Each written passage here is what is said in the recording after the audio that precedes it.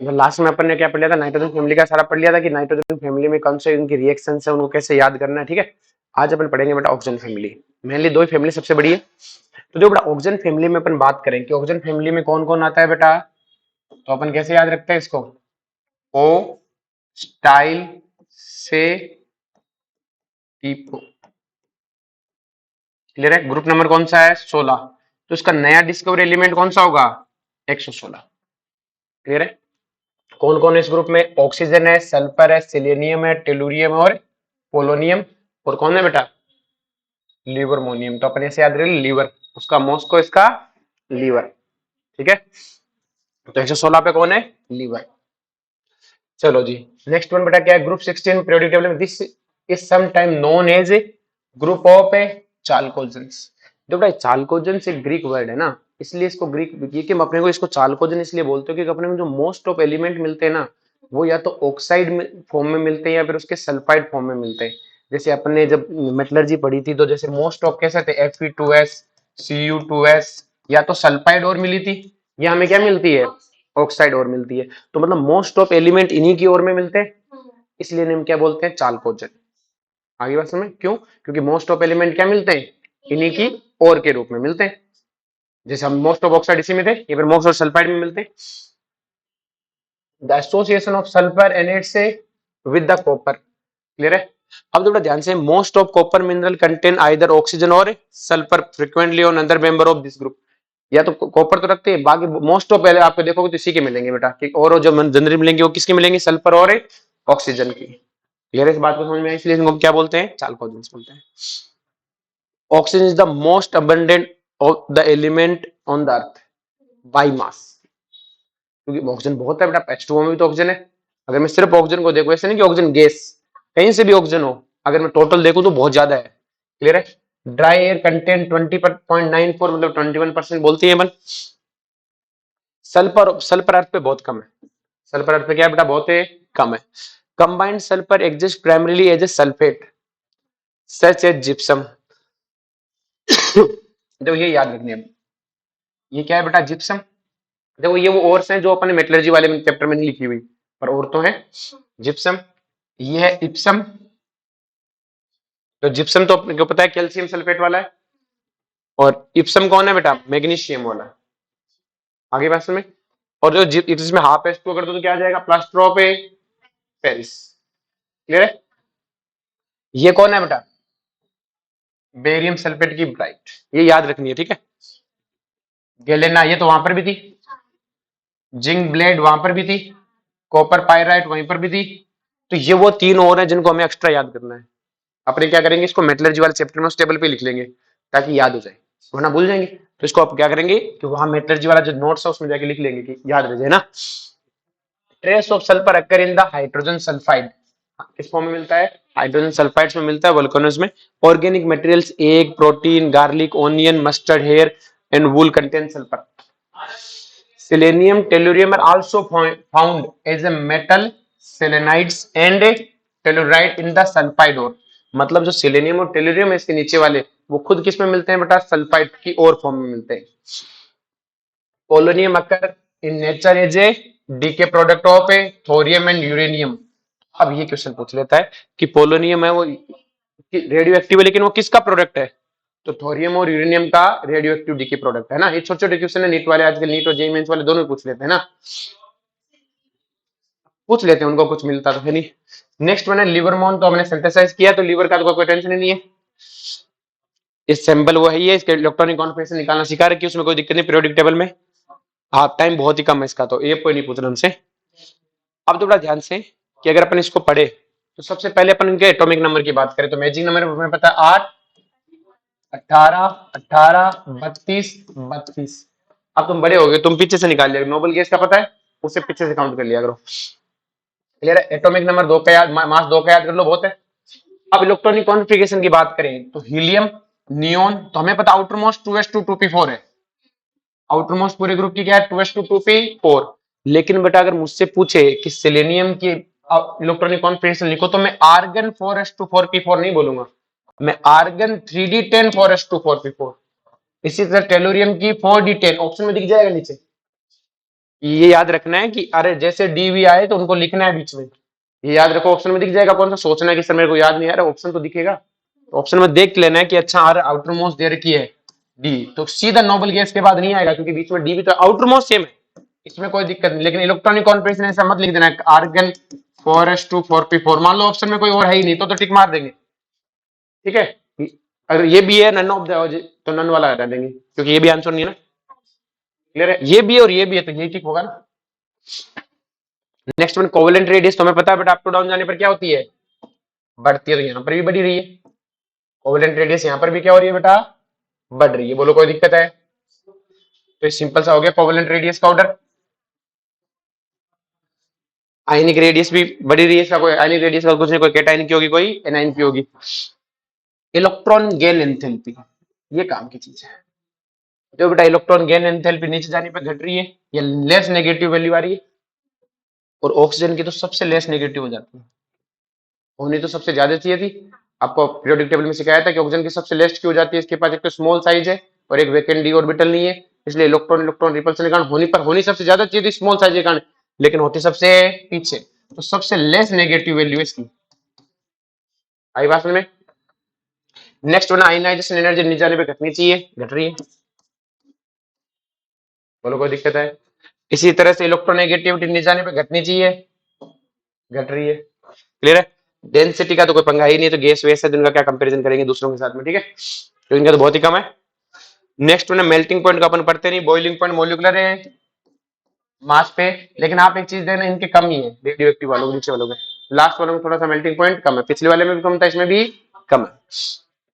Oxidation state को अपन पढ़ लेंगे, तो ये अपने पढ़ाई दिया, इनको पढ़ने की कोई जरूरत नहीं है, इनको तो टेबल से पढ़ लो बहुत है ना। अब फिजिकल प्रॉपर्टीज पढ़ते हैं, तो फिजिकल प्रॉपर्टी में बात करें, some physical property of group 16, अगर अपन इसमें बात करें कि some of physical property of a group 16 element are given in table, जो भी थी, oxygen and sulphur are non metal, पहले दो क्या है non metal, selenium and tellurium are a metalloids, और पोलोनियम और उसके आगे वाला क्या है बेटा मेटल। क्लियर है, तो वही दो दो वाला सेट है। Polonium is radio active and short life, जो भी है कोई मतलब नहीं। All these element exist in allotrope, मतलब इस वाले पूरे सबके एलोट्रोप्स है, पिछली बार नाइट्रोजन छोड़ के सबके एलोट्रोप्स थे, यहाँ सबके एलोट्रोप्स है। The melting and boiling point increase with the increase in atomic number down the group. The large difference between melting and boiling point of oxygen and sulphur में be explain on the basis of their atomicity. Oxygen और इसमें sulphur में बहुत difference है, 90 से 718 ही हो गया सीधा ही, क्योंकि ऑक्सीजन एग्जिस्ट करती है बेटा O2 फॉर्म में, किस फॉर्म में एग्जिस्ट करती है, सल्फर एग्जिस्ट करता है एस्टेट फॉर्म में, तो दो O2 मॉलिक्यूल के बीच में अट्रैक्शन बहुत कम होगा, जबकि एस्टेट मॉलिक्यूल में अट्रैक्शन है, क्योंकि वॉन डर वाल अट्रैक्शन मॉलिक्यूलर वेट पे डिपेंड करता है, तो यहाँ पे अट्रैक्शन बहुत ज्यादा है, यहाँ अट्रैक्शन दो मॉलिक्यूल में कम है, तो क्वेश्चन ये असेसन रीजन में दे देता है ना कि जो सल्फर का जो बॉइलिंग पॉइंट है वो ऑक्सीजन से बहुत ज्यादा है, नीचे रीजन दे दिया ड्यू टू एटोमिसिटी, सही बात है, एटोमिसिटी बहुत है, सल्फर के एक मॉलिक्यूल में 8 एटम होते हैं। क्लियर है, नेक्स्ट वन ऑक्सीडेशन स्टेट। देखो ऑक्सीडेशन स्टेट की बात करें तो इस ग्रुप की आउटर मोस्ट है NH2NP4,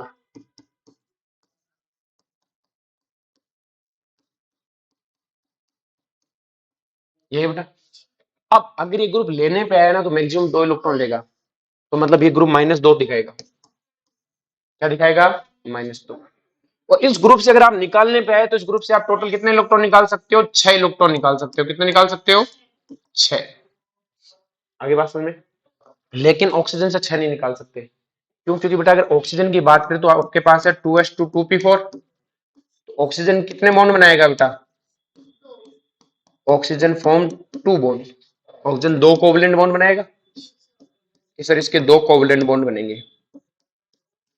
अब आप किसी से कितने इलेक्ट्रॉन छीन सकते हो कि सर जो बॉन्ड बनाने में गए वही तो छीन सकते हो, जब ऑक्सीजन बॉन्ड 2 बनाता है, तो अगर मान लो किसी ने ऑक्सीजन से छीना, कौन छीनेगा फ्लोरीन, तो फ्लोरीन कितने इलेक्ट्रॉन छीन सकता है मैक्सिमम 2, क्योंकि बॉन्ड बनाने में 2 ही जाएंगे, ये जाएंगे नहीं बॉन्ड बनाने में, भाई जो बॉन्ड बनाने में गया वही तो छीनोगे, तो ऑक्सीजन के आप आउटर मोस्ट में H है, लेकिन 6 के 6 निकाल ही नहीं सकते, क्योंकि ऑक्सीजन कितने बॉन्ड बनाता है 2, तो आप छीने तो ऑक्सीजन से कितने छीन लोगे 2, तो इसलिए ऑक्सीजन की मैक्सिमम कितनी है +2, मिनिमम -2, मैक्सिमम है +2, इसके बीच वाली सारी है, लेकिन कहीं क्वेश्चन आ जाएगी प्लस 6 क्यों नहीं दिखाता आउटर मोस्ट में 6, क्योंकि 6 बॉन्ड नहीं बना पाता। जबकि यही बात सल्फर के लिए होती है। तो सल्फर के पास क्या है 2s2, यही है बेटा सल्फर का, सॉरी 3p4। लेकिन सल्फर के पास वैकेंट डी ऑर्बिटल है, तो ये अपने इलेक्ट्रॉन को क्या कर देता है, एक्साइट कर देता है। क्या कर देता है, और कितने बॉन्ड बना लेता है बेटा 6 बॉन्ड। अगर ये 6 बॉन्ड बना सकता है तो 6 के 6 कोई छीन के ले जा सकता है? जो बॉन्ड बनाएगा वही तो छीना जाएगा। भाई बॉन्ड वाले अपने रेडॉक्स में पढ़ा था, जो बॉन्ड बनाता है उसी इलेक्ट्रॉन को तो छीन के लेके भागोगे। ऑक्सीजन कहता है 2 बॉन्ड बनाता हूं, दोनों छीन के ले जा मैक्सिमम। लेकिन सल्फर से 6 छीन सकते हो, तो इस ग्रुप में ऑक्सीजन को छोड़ के बाकी सबसे 6 छीन लेंगे। बोलो कोई दिक्कत है? मिनिमम कितना दिखाता है ग्रुप ए, -2।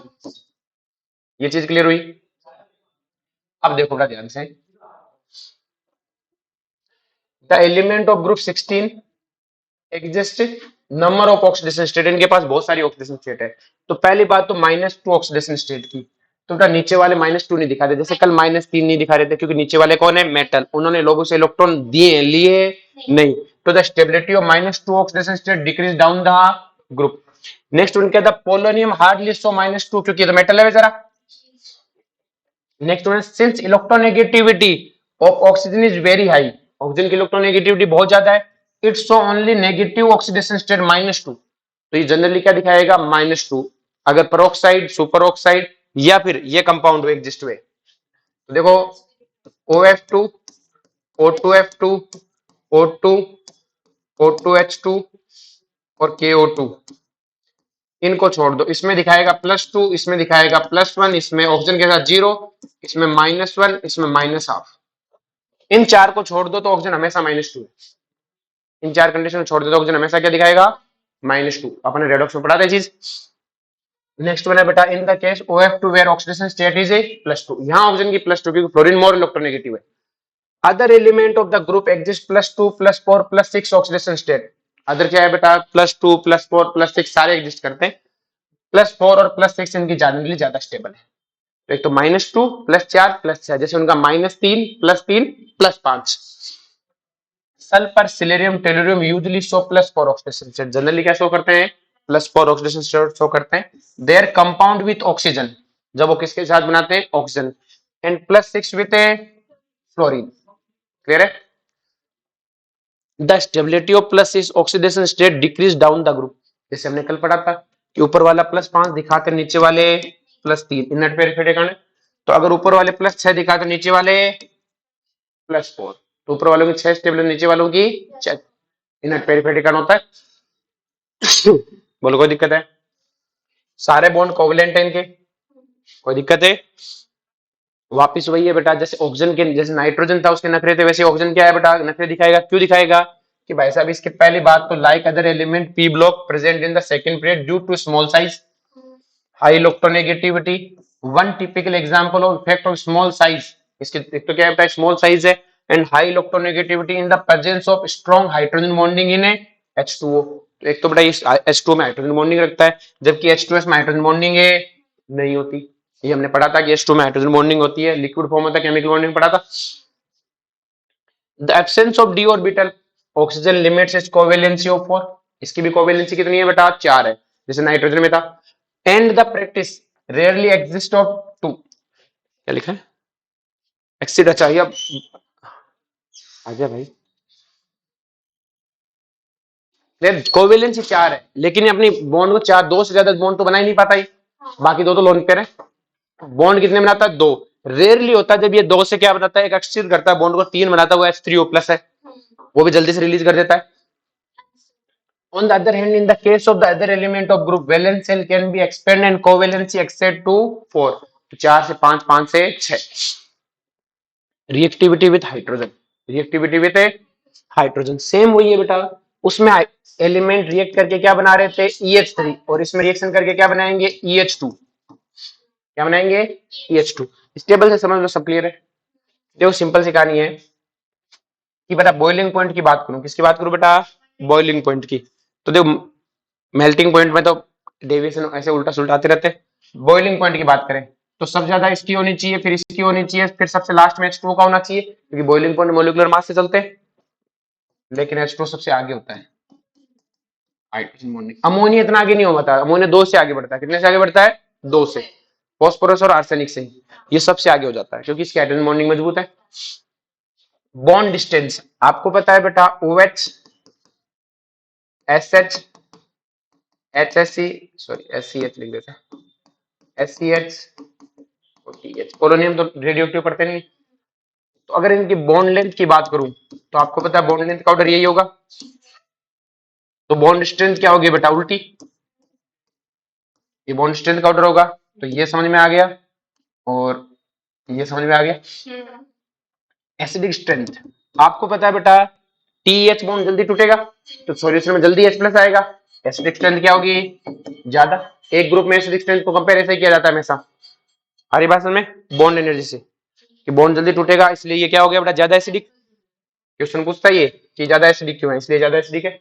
यहां तक कोई दिक्कत है? बॉन्ड एंगल ड्रैगो रूल, ये तो क्या बनाएगा? H2O तो sp3 हाइब्रिडाइजेशन होगी। sp3 हाइब्रिड 2 लोन पेयर आएंगे तो 5 डिग्री का अंतर आ जाएगा। एक लोन पेयर से 2.5 डिग्री का अंतर, तो 2 से कितने में 5 डिग्री का, तो 109 से 104 आ गया। और इनका देखो 90 के राउंड ही है, क्योंकि ये तो क्या करते हैं बेटा? डायरेक्ट ओवरलैपिंग ड्रैगो रूल पढ़ा था। अब फॉर्मेशन में अपने कोई दिक्कत नहीं है, तो एनर्जी ठीक है।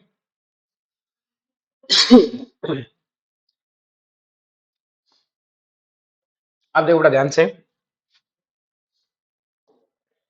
देखो बेटा H2 है वो इस तरह से टूटता है।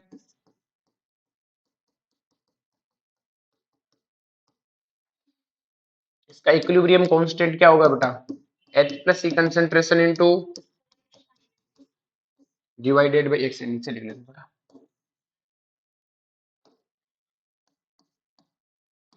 H plus c concentration into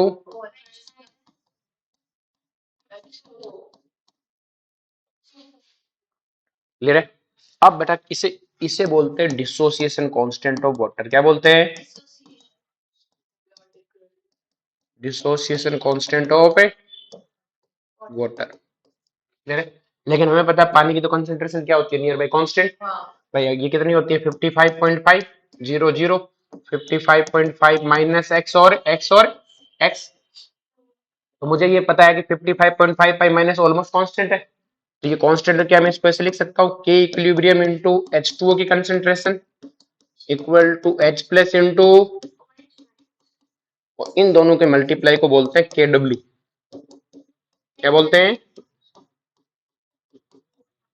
ionic product of water या फिर हाइड्रोलाइसिस कांस्टेंट। तो ये क्या हो गया? Ionic product of water. तो मुझे एक बात बताओ पहले, तो क्या KW के इक्विलिब्रियम से बड़ा होगा कि छोटा होगा? हमेशा बड़ा होगा, क्योंकि उससे हमेशा 55 से पानी की कंसेंट्रेशन से मल्टीप्लाई कर रहे हो। ये हेटेरोजेनियस इक्विलिब्रियम में पढ़ा था ना, क्योंकि इसकी कंसेंट्रेशन क्या होती है? कांस्टेंट। हम कहेंगे KW, पहली बात तो के इक्विलिब्रियम से हमेशा बड़ा होगा। जो KW होता है ना वो 298 केल्विन पे कितना होता है बेटा? 10 की पावर माइनस 14। क्योंकि 10 जब 298 केल्विन होता है तो 10 की पावर माइनस 7, 10 की पावर माइनस 7, तब ये 10 की पावर पर कितना बेटा? माइनस 14।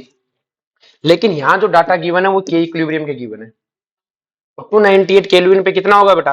H प्लस की कंसेंट्रेशन 10 की पावर माइनस 7, ऊपर भी 10 की पावर माइनस 7, और H2O कितना है? 55.55। तो डिवाइड करेगा तो आएगा 1.8 इंटू 10 की पावर माइनस 16। तो इसलिए कंफ्यूज होने की जरूरत नहीं है कि सिर्फ पानी का तो माइनस 14 होता है, माइनस 16 क्यों लिखा है। तो ये जो माइनस 16 लिखा है ये क्या लिखा है? इक्विलिब्रियम कांस्टेंट ये वाला लिखा हुआ है। KW तो कितना होता है? -4। आगे बात समझ में आप लोग?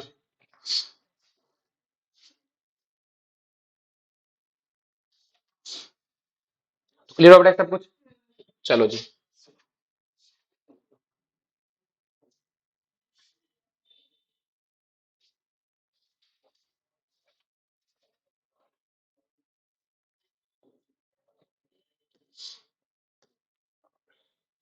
नेक्स्ट बेटा देखो क्या है बेटा? Reactivity with oxygen. Reactivity with oxygen. तो देखो बेटा ऑक्सीजन के साथ रिएक्शन करके ऑक्साइड बनाते हैं। क्या बनाते हैं? ऑक्साइड। अब देखो बेटा ओजोन है, ये तो कहीं का ऑक्साइड है, ऑक्सीजन का ऑक्सीजन के साथ रिएक्शन है। तो ये दो तरह के ऑक्साइड बनाते हैं बेटा, एक तो बनाते हैं EO2 और एक बनाते हैं EO3। वहां पे क्या बन रहा था N2O3 और N2O5, क्योंकि वहां जनरल ऑक्सीडेशन स्टेट थी +3 और है +5, यहाँ +4 और है +6, इसलिए EO2 और EO3। और कौन कौन बनाते हैं? Sulphur, selenium, tellurium, polonium. Ozone नहीं बना, ऑक्सीजन कुछ, ओजोन को उसका ऑक्सीजन नहीं है बेटा, एलोट्रोप है। ऑक्सीजन का क्या है बेटा? ये एलोट्रोप्स। क्लियर? ऑक्सीजन का ऑक्सीजन के साथ क्या है? ऑक्साइड है। कोई ऑक्साइड थोड़ी, ऑक्साइड का मतलब जिसमें ऑक्सीजन की -2 ऑक्सीडेशन स्टेट हो, तो यहाँ तो ओजोन में थोड़ी है -2। क्लियर है? तो ओजोन नहीं है ना। अब क्या कहता है बेटा, इसमें इसने समझाने के लिए लिख दिया कि ozone and sulphur dioxide SO2 are gas. ये दोनों क्या है बेटा? गैस। SO2 क्या है बेटा? गैस। तो यहां से लेते हैं बेटा कि SO2 गैस है, सिलेनियम डाइऑक्साइड सॉलिड है। क्लियर है? अब इनसे कोई मतलब नहीं। अब देखो ध्यान से, SO2, SiO2, TiO2, ये कौन सा हुआ बेटा? EO2 टाइप हुआ। EO3,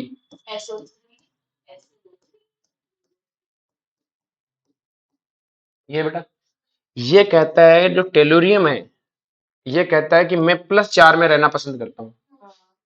सल्फर कहता है हमें कोई दिक्कत नहीं, हम 6 में भी चले जाएंगे। हम किस में चले जाएंगे? 6 में भी। तो अगर TeO3 की बात करूं तो यहाँ पे टेलुरियम +6 में, ये हमेशा रोता रहता है कि क्या मुझे +4 में जाना है, मुझे +4 में, क्योंकि नीचे वालों को +2 कम स्टेबल होती है इनर्ट पेयर इफेक्ट से, तो ये कम रोता रहता है। तो हमें पता है ये हमेशा क्या कोशिश करता है? +4 में जाने की कोशिश करता है। मतलब खुद को क्या करने की कोशिश करता है? रिड्यूस करने की कोशिश करता है।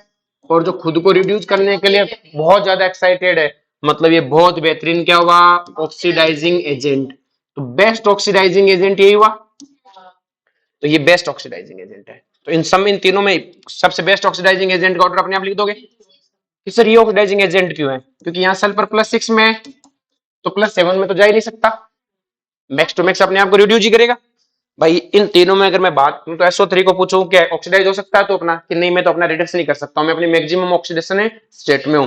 तो मैंने कहा तो अपना रिडक्शन कर ले। तो ये क्या कहेगा कि मैं रिडक्शन करके करूं, तो मैं रिडक्शन करूंगा तो क्या कहलाऊंगा? खुद का रिडक्शन करूंगा तो दूसरों का ऑक्सीडेशन, तो ऑक्सीडाइजिंग एजेंट। तो तीनों ऑक्सीडाइजिंग एजेंट है, लेकिन तीनों में बेस्ट किताब किसको जाएगा?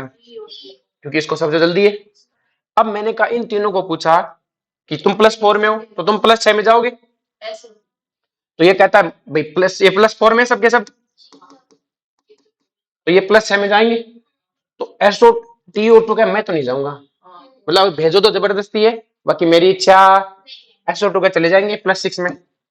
तो इन तीनों में अगर मैं बात करूं तो नीचे जाने पे +6 घटता है, तो SO2 कहता है मैं तो चला जाऊंगा +6 में, और सबसे जल्दी जाएगा +6 में। और अगर ये सबसे पहले +6 में जाएगा मतलब अपने आप को ऑक्सीडाइज करेगा, और अगर अपने आप को ऑक्सीडाइज करेगा तो ये क्या हुआ? रिड्यूसिंग है। तो बेस्ट रिड्यूसिंग एजेंट हुआ। तीनों भी रिड्यूसिंग एजेंट है, लेकिन ये तो एकदम खत्म है, कहता मैं तो नहीं जाऊंगा आगे। तो देखो बेस्ट, इनको याद रखना है, ये तो क्या है? रिड्यूसिंग एजेंट है, और इनमें बेस्ट आवाज किसको है? SO2 को। ये ऑक्सीडाइजिंग एजेंट है, बेस्ट आवाज किसको है बेटा? आराम से लिख लो कि अच्छा ये इधर जाना चाहता है, इधर जाना चाहता है, मतलब पहले तो ये देख लो, हाँ तीनों की तीनों है कि ये अपने आप का ऑक्सीडेशन नहीं कर सकते, खुद का रिडक्शन नहीं करेंगे, तो ये रिड्यूसिंग एजेंट है। इनमें रिड्यूसिंग एजेंट में ये 6 में स्टेबल नहीं है, तो सबसे पहले भागेगा, सबसे पहले अपने आप को क्या करेगा? रिड्यूस करेगा। सबसे पहले खुद का रिड्यूस करेगा तो दूसरों को ऑक्सीडेशन करेगा, तो बेस्ट ऑक्सीडाइजिंग एजेंट हुआ। इधर ये सब के सब आगे जाएंगे। अगर ये सब आगे जा सकते हैं तो हम कहेंगे ये जाना नहीं चाहता, ये सबसे जल्दी जाएगा, तो ये सबसे जल्दी अपने आप को ऑक्सीडाइज करेगा, तो बेस्ट रिड्यूसिंग एजेंट। इवन ये ऑक्सीडाइजिंग एजेंट भी हो सकते हैं। बीच वाले ऑक्सीडेशन स्टेट वाले सारे क्या होते हैं? दोनों काम कर सकते हैं, +4 से आगे भी जा सकते हैं, पीछे भी जा सकते हैं ना। तो ये अगर कोई पूछे कि ये सिर्फ रिड्यूसिंग एजेंट ऑक्सीडाइजिंग एजेंट हो सकते हैं, क्या हो सकते हैं? खुद का और पीछे ले जाएंगे, पर मोस्ट ऑफ काम इधर आना ही है। तो ये लाइन यही है बेटा, द रिड्यूसिंग प्रॉपर्टी, ये लाइन वही लिख रखी है इसने। आगे बात समझ में। नेक्स्ट लिखा है EO2 type sulphur selenium tellurium are also EO3 type oxide, both are oxide are acidic in nature. सारे एसिडिक है, एक भी बेसिक है नहीं है, सारे के सारे एसिडिक है। और हमें पता है एसिडिक स्ट्रेंथ नीचे जाने पे घटती है, इलेक्ट्रोनेगेटिविटी घटती है ना। और EO2 और EO3 में ज्यादा एसिडिक कौन है? EO3। आगे बात समझ में। जो सेम से रिपीटेशन है, सेम से कहानी।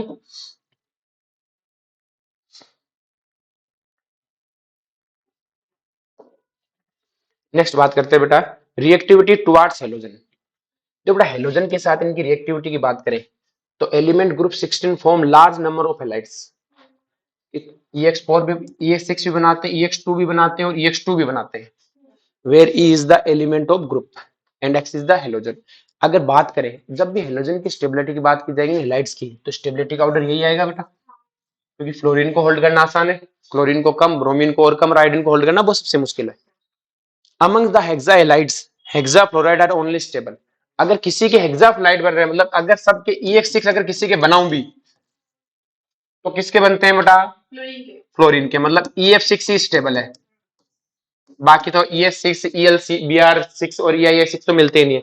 तो among hexahalides hexafluoride are only stable halides. Clear है? ऑल हेक्सा हेलाइड, जितने हेक्सा हेलाइड्स हैं सब गैसियस नेचर में, सब किसमें? गैसियस नेचर में। दे हैव ऑक्टाइडल स्ट्रक्चर, वो तो हम केमिकल बॉन्डिंग में सीख के आए। Sulphur hexide SF6 is exceptionally stable for steric reason.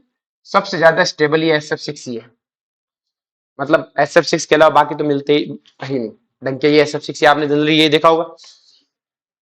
अब नेक्स्ट वन बात करते हैं EX6 हो गया, EX4 की। EX4 में अगर अपन बात करें तो जैसे SF4 इस गैस है, SCF4 है लिक्विड है, TF4 है सॉलिड है। ठीक है, इसमें कोई प्रॉब्लम नहीं है। हमें इसका जो क्वेश्चन आएगा हाइब्रिडाइजेशन पूछेगा, ज्योमेट्री पूछेगा, ट्राइगोनल बाइपिरामिडल है, एक लोन पेयर है, शीशो शेप आएगी, ये हमने केमिकल बॉन्डिंग में पढ़ रखे हैं, वही क्वेश्चन है।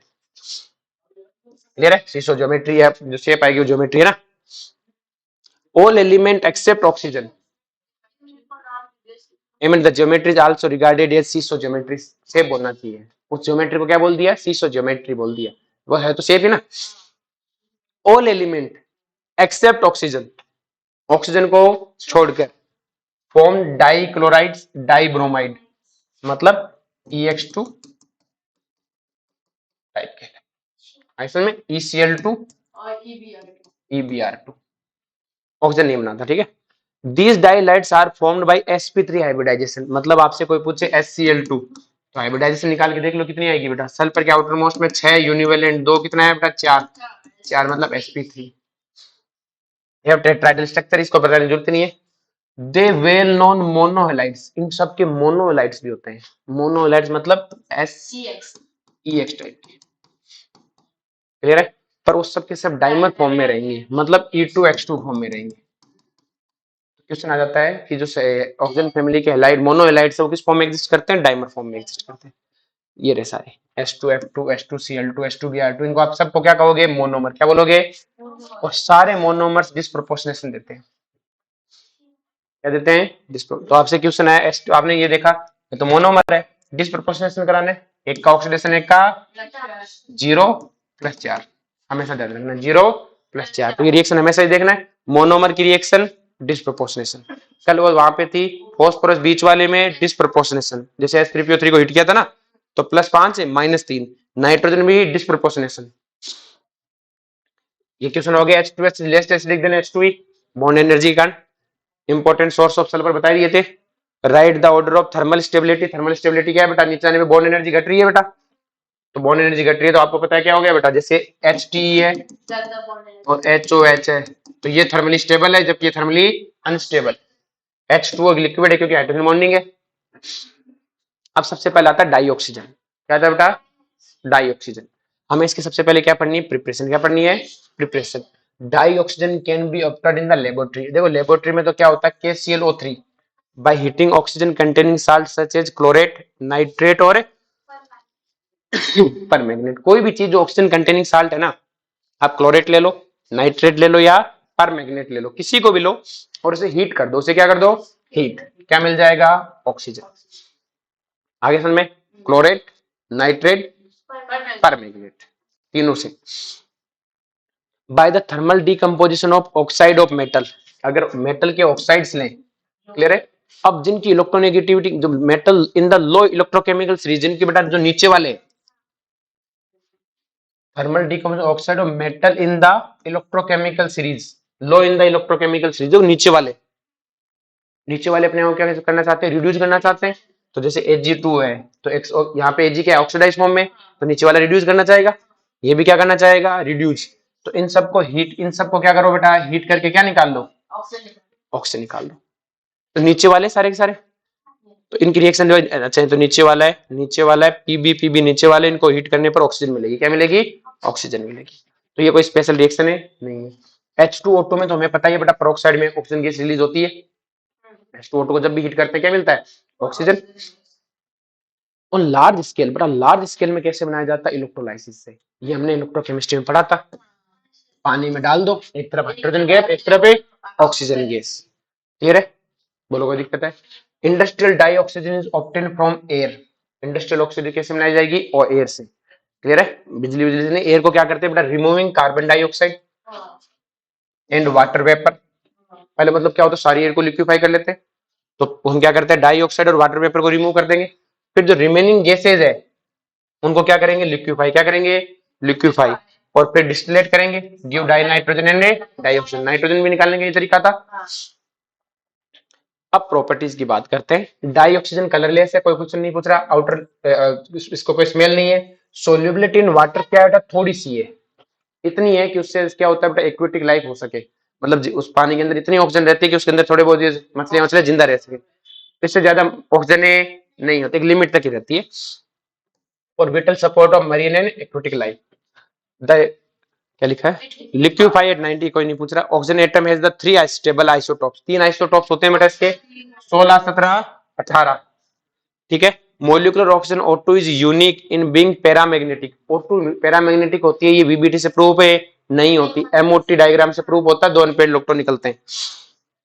Having even number of electron, इसमें इवन नंबर ऑफ इलेक्ट्रॉन मिलते हैं हमें, और 8 8 16 होता है ना। Dioxygen directly react with nearly all metals. लगभग सारे मेटल से रिएक्ट कर जाती है। नॉन मेटल से रिएक्ट कर जाती है। याद रखना किससे नहीं करेगी? गोल्ड, प्लेटिनम और नोबल गैस। क्लियर है? गोल्ड, प्लेटिनम और noble gas. It's combustion with other element is of strongly exothermic. Strongly क्या होता है? मतलब ये किसी से रिएक्शन करते हैं तो लगभग रिएक्शंस क्या होंगी? एक्सोथर्मिक। क्योंकि सबको जलाते हैं। कंबंशन क्या होता है? एक्सोथर्मिक होता है। अच्छा, कॉम्बिनेशन ये कि मत बता रहा हूँ कंबंशन। ठीक है? इसको मोस्ट ऑफ चीजों में क्या होता है? इसका कंबंशन होता है। कंबंशन नहीं करते तो ये मोस्ट ऑफ कंबंशन इसके सारे एक्सोथर्मिक है। और ये किसी से जुड़े तो लगभग रिएक्शंस क्या होंगी बेटा? एक्सोथर्मिक। क्योंकि ये जब भी जुड़ता है एनर्जी खूब रिलीज करता है। अब देखो ध्यान से, लेकिन एक चीज है कि आप रिएक्शन को शुरू करवाने के लिए आपको शुरुआत में थोड़ी हीट देनी पड़ेगी। क्लियर है? ऑल ओवर तो रिलीज होगी, लेकिन शुरुआत में आपको इनिशिएट करने के लिए अच्छा खासा अमाउंट देना पड़ेगा। क्यों? क्योंकि बेटा ऑक्सीजन ऑक्सीजन डबल बॉन्ड होता है, तो क्या रिएक्शन को इनिशिएट करने की जरूरत है? कि हाँ, इनिशिएट करने की जरूरत है, फिर आपको बाद में खूब प्रोडक्ट है। आप एक बार इनिशिएट करवा दो, फिर ऑल ओवर रिएक्शन क्या मिलेगी? एक्सोथर्मिक। लेकिन इनिशिएट कराने के लिए चाहिए, क्योंकि O2 को तोड़ना भी जरूरी है, और O2 की बॉन्ड ज्यादा है।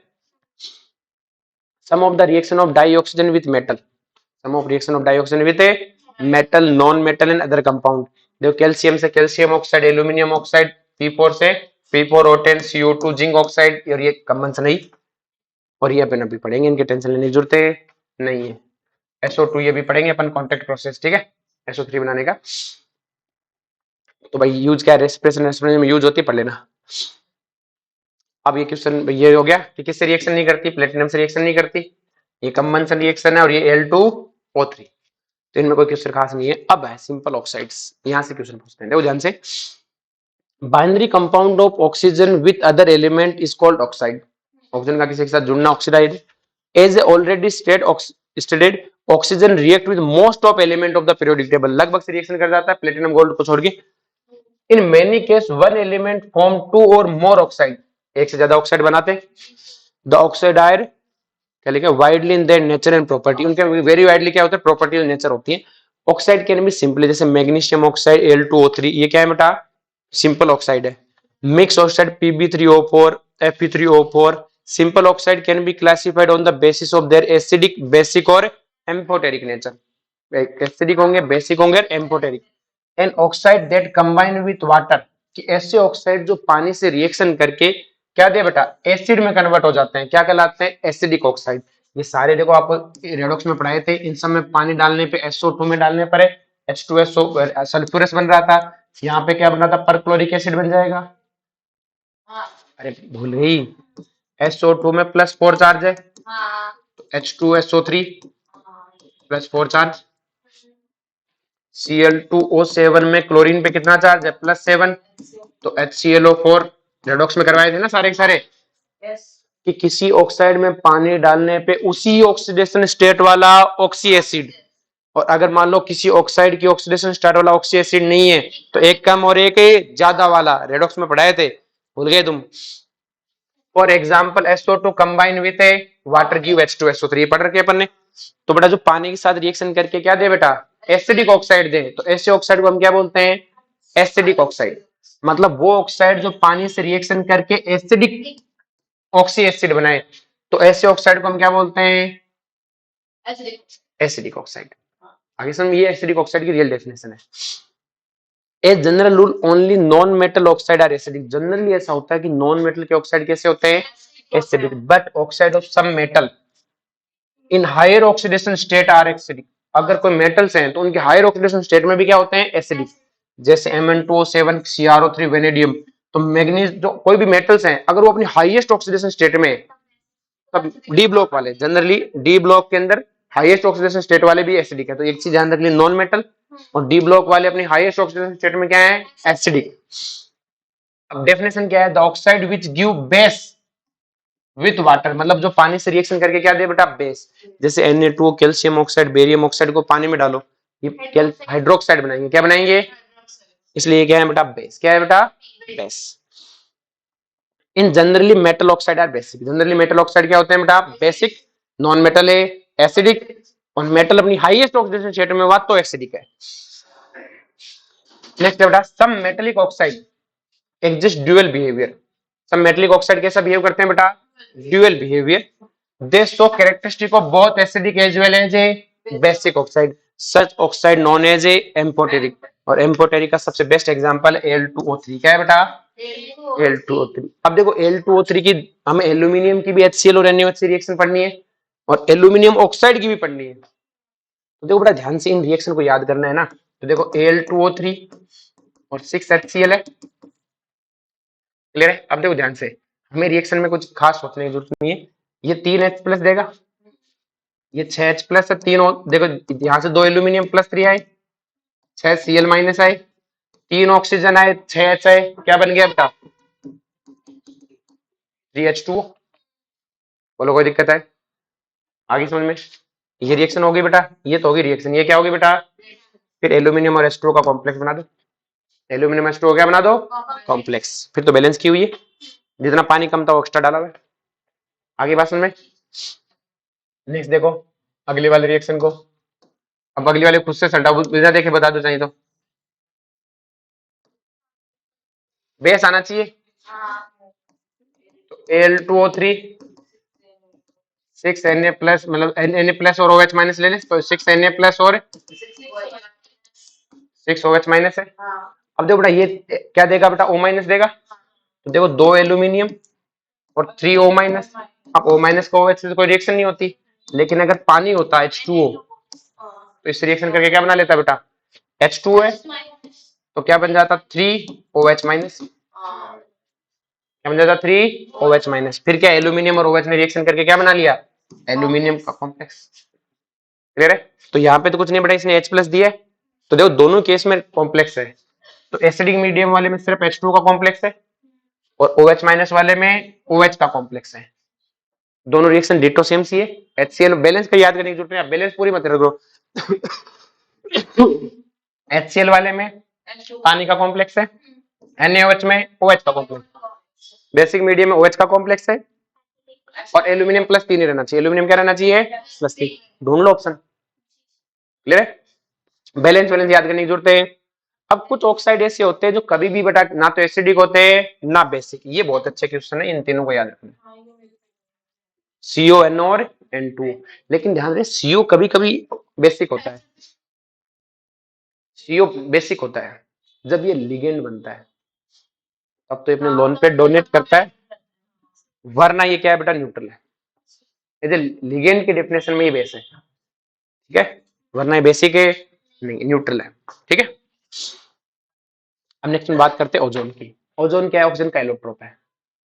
ऑक्सीजन का एलोट्रोप मतलब कि ऑक्सीजन ही तो है, ऑक्सीजन की 3 एलोट्रोप है, O2O3।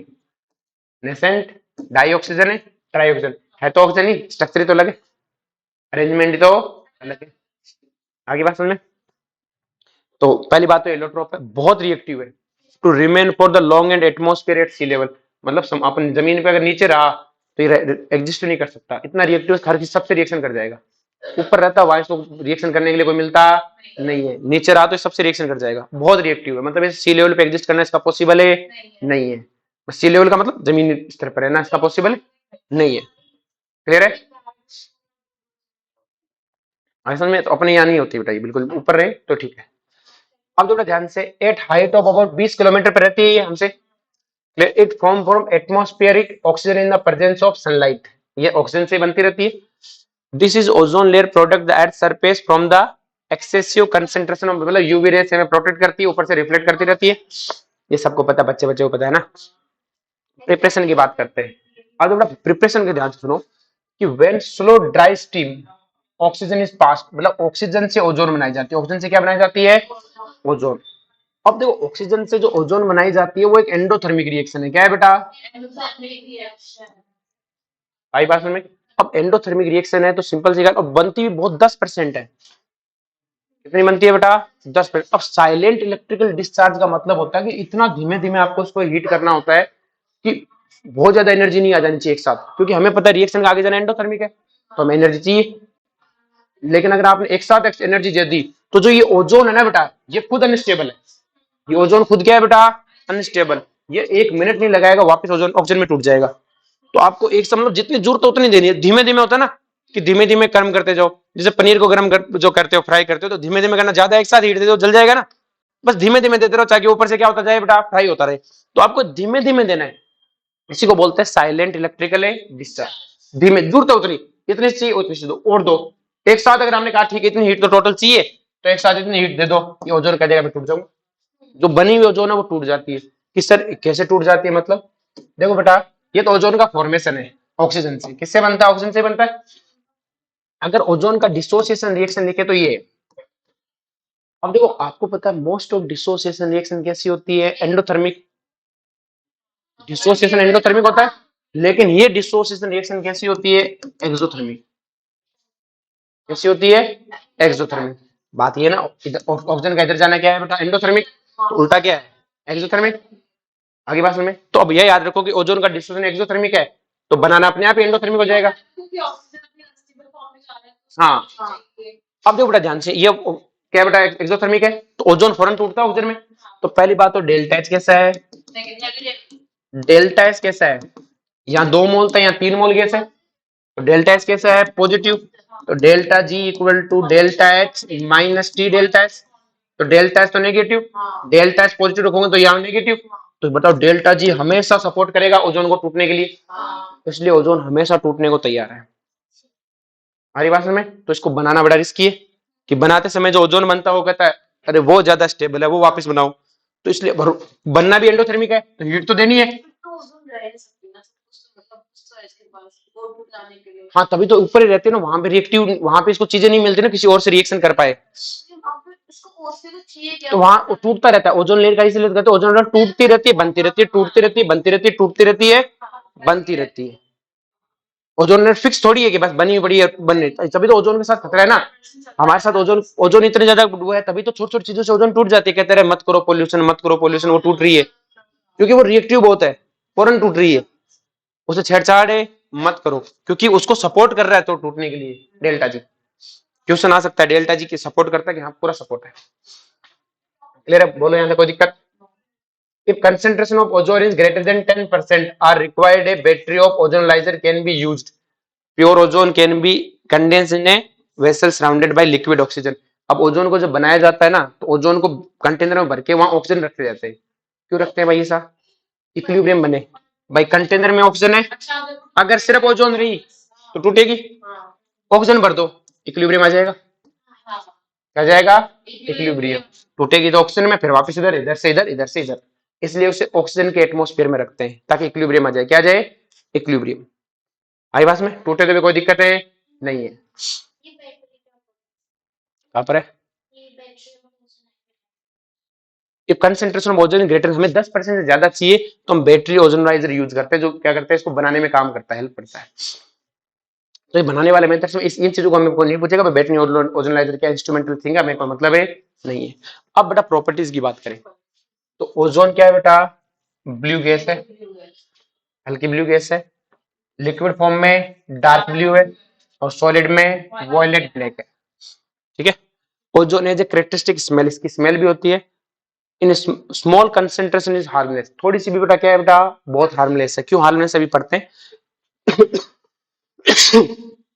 Concentration rise above 100 parts पर मिलियन, ब्रीथिंग बिकम अनकंफर्टेबल, हमें क्या बेटा हमें लिए ब्रीथ सांस लेना बहुत ही अनकंफर्टेबल हो जाएगा, चक्कर वक्कर आने लग जाएंगे तुमको। ठीक है। क्या कह रहे हैं? अच्छा तो ज्यादा बोल रही है ना। नेक्स्ट में बात करते हैं ओजोन इज थर्मोडायनेमिकली अनस्टेबल, ये तुम्हें मैंने बता दिया कैसे अनस्टेबल है बेटा, अभी बताया था डेल्टा जी वाला खेल। तो क्वेश्चन आ सकता है ओजोन इज थर्मोडायनेमिकली अनस्टेबल, कि हाँ कैसे, कि डेल्टा जी भी नेगेटिव है, डेल्टा एस इसका पॉजिटिव है, डेल्टा जी ऑलवेज नेगेटिव है, इसलिए ओजोन हमेशा टूटेगा। ओजोन हमेशा किसमें टूटेगा, O2 प्लस से O में। अब ड्यू टू इसकी इजी से बेटा बहुत आसान सा डिसोसिएशन है, ओजोन टूटेगा ऑक्सीजन प्लस है O2 plus oxygen atom nascent oxygen में, और नेसेंट ऑक्सीजन आपको पता है सबसे पावरफुल ऑक्सीडाइजिंग एजेंट है, किसी के साथ भी चिपकेगा ऑक्सीडाइजन कर देगा, तो it's act as a powerful oxidising agent. तो ओजोन को पावरफुल ऑक्सीडाइजिंग एजेंट क्यों बनता है, कि एक तो अनस्टेबल है और फटाफट नेसेंट ऑक्सीजन देता है। तो अगर मान लो अर्थ पे बहुत सारी ऊपर से वो जितनी ओजोन है वो नीचे आ जाए, तो सारा लोहा हुआ तो खत्म, सारा ऑक्सीडाइज कर देगी। क्लियर, इवन तुम्हें भी कर देगी, तुम्हारी स्किन स्किन खराब कर देगी ना।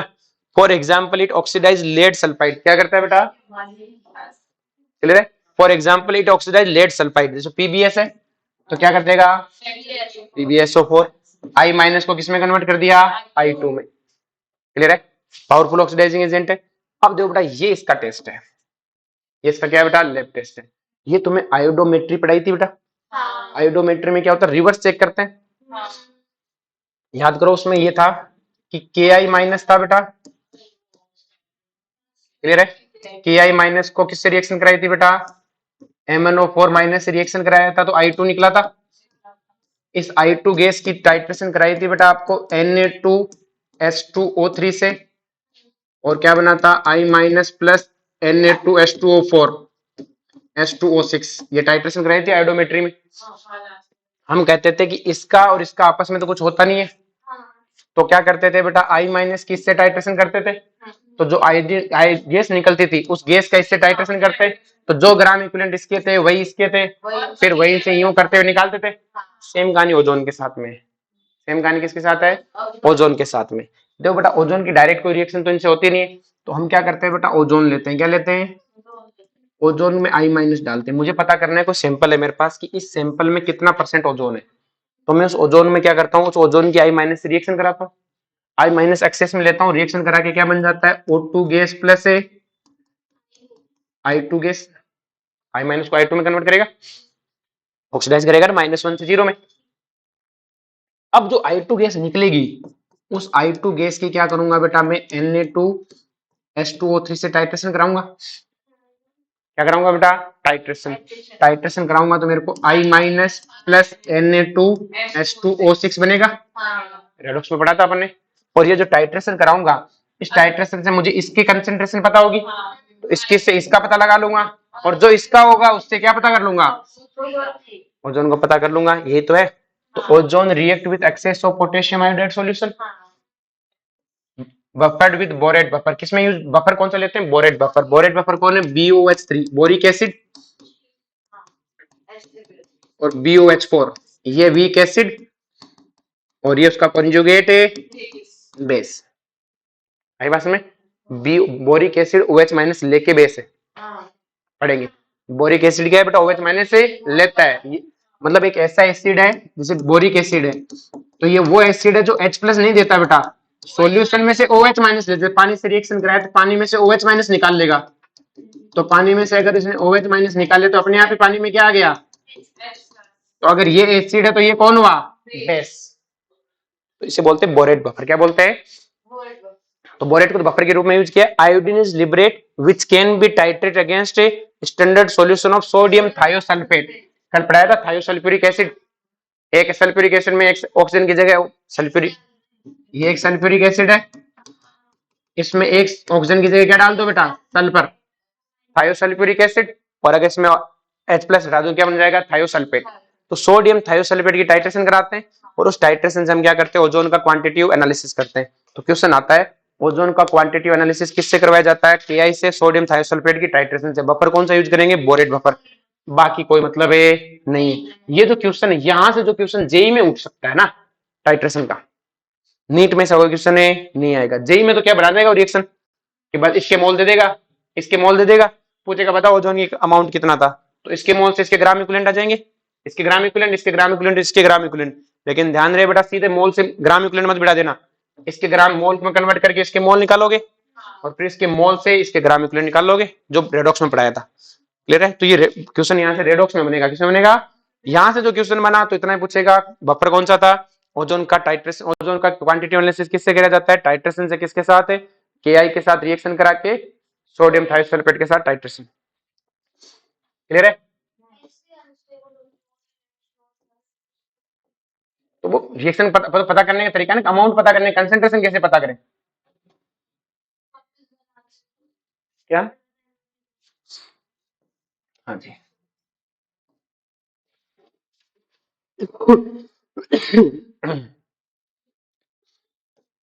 अब देखो, हमें एक्सपेरिमेंटल डाटा शो करते हैं कि जो नाइट्रोजन ऑक्साइड है, स्पेशली नाइट्रोजन मोनोऑक्साइड, ये ओजोन के साथ बहुत तेजी से रिएक्शन करता है, NO2 प्लस ऑक्सीजन गैस बनाता है, और ये हमारी ओजोन को बहुत नुकसान पहुंचा रहा है, क्योंकि जो सुपरजेट जितने भी चलते हैं उन सबसे NO निकलती है, उनसे क्या निकलती है बेटा, NO, और NO गैस की वजह से ओजोन को क्या होता है, बहुत ही नुकसान।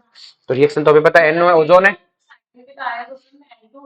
इसमें आजकल N2 गैस समय बनने लग गए, नाइट्रोजन गैस इसमें बनो, साइकिल के टाइम क्या है, क्योंकि नाइट्रोजन गैस भरने से ज्यादा अच्छा लगता है ना, रिएक्ट नहीं जल्दी से, क्या होती है उस पर जल्दी से वो नहीं होता ना, जल्दी ज्यादा फैलती है, ज्यादा गर्म भी नहीं होती, ज्यादा वो भी नहीं होती, और नखरा आजकल सबको 10 रुपए ज्यादा लेते हैं ना उसके। क्लियर है?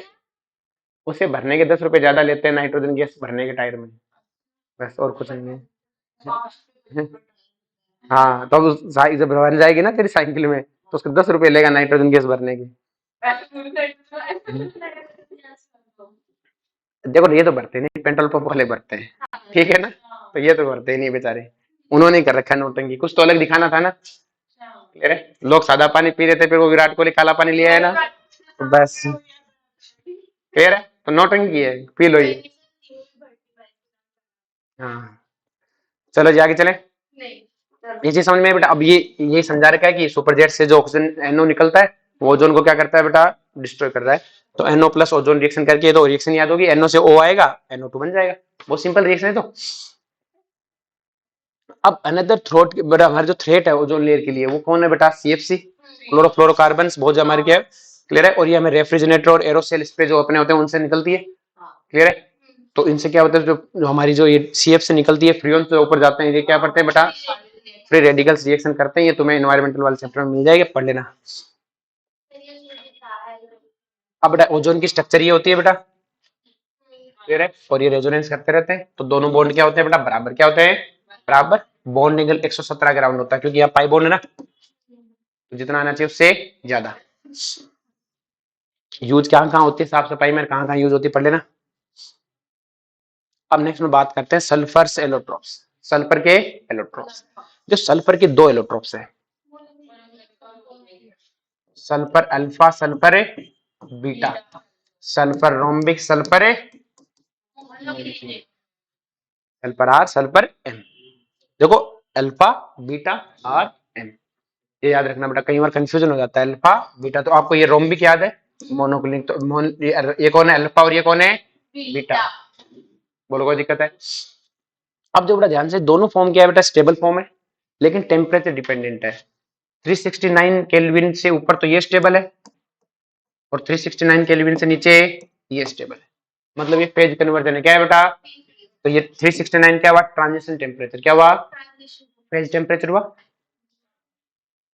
सॉलिड है दोनों दोनों, क्लियर। तो सॉलिड में भी तो इक्विलिब्रियम आता है, फेज कन्वर्जन बेटा, फेज स्टेट एक है, फेज अलग है, फेज और स्टेट अलग होती है ना, तो दोनों की फेज अलग है, एक रोम्बिक एक मोनोक्लिनिक, और जिस टेम्परेचर पे होता है वो 369 है। अगर मुझे यहाँ की एंट्रोपी पूछेगा तो मैं क्या लिखूंगा, delta H phase conversion upon 369 है।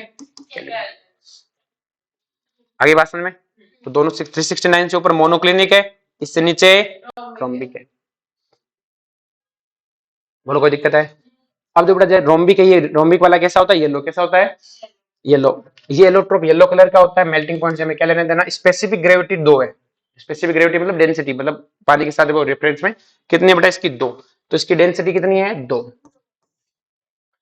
Rhombic sulphur crystal are formed evaporating the sulphur roll. Roll sulphur क्या होता है बेटा? जो सल्फर जो शुरुआत में जब ओर निकालते हैं उसको पिघाल देते हैं और ये रोड सी बनी होती है, उन्हें क्या बोलते हैं? Roll sulphur. Rolling roll type में होते हैं ऐसे।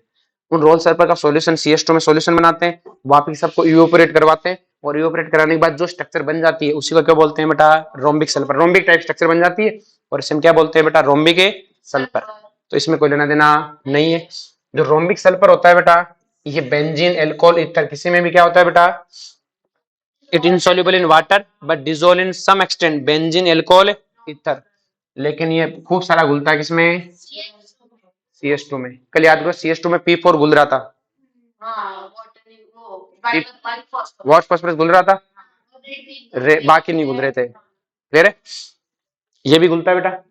तो इसमें कोई ज्यादा खास बात तो अपने मिली नहीं, तो इसमें कोई फोकट का ये इसको पढ़ने की ज्यादा जरूरत है नहीं है। मोनोक्लिनिक सल्फर की बात करें तो इसकी स्पेसिफिक ग्रेविटी 1.98 है। तो ये रोम्बिक, ये मोनोक्लिनिक, क्वेश्चन इतना ही आ सकता है। ये 1.98 है, ये 2। कहता प्रेशर बढ़ाऊंगा तो किधर जाएगी? तो फिजिकल इक्विलिब्रियम में पढ़ा, प्रेशर बढ़ाने पे रिएक्शन उधर जाती है जिधर ज्यादा डेंसिटी हो। तो प्रेशर बढ़ाऊंगा तो किधर जाएगी? बैकवर्ड। बस ये क्वेश्चन है। आगे समझ में? कोई दिक्कत? और कोई क्वेश्चन है? नहीं है। This form of sulphur is prepared by the melting of. इसमें क्या करते हैं बेटा? रोम्बिक सल्फर को पिघाल लेते हैं पहले, फिर उसको क्या करते हैं? प्लेट में लेते हैं और प्लेट में लेके इसको ठंडा होने देते हैं। जैसे ठंडा होता है तो ऊपर की आप किसी चीज को जैसे ठंडा करते हैं तो ऊपर की लेयर क्या होगी? वापस सॉलिडिफाई होगी। जैसे ऊपर की लेयर सॉलिडिफाई हो जाती है तो फिर इसमें क्या करते हैं? अपन होल करके अंदर का पानी तो निकाल देते हैं। अंदर का पानी क्या कर देते हैं? निकाल देते हैं और फिर इसके ऊपर की लेयर को उठाते हैं, तो जो स्ट्रक्चर सी बन जाती है ना, उस स्ट्रक्चर को क्या बोलते हैं? Monoclinic sulphur. क्लियर है? तो पढ़ने को कुछ नहीं है बेटा, यही है कि this form of sulphur is prepared by melting of rhombic sulphur. Rhombic sulphur को क्या करो बेटा? मेल्ट करो, डिश में रखो, उसे ठंडा करो, फिर क्लियर क्लियर है?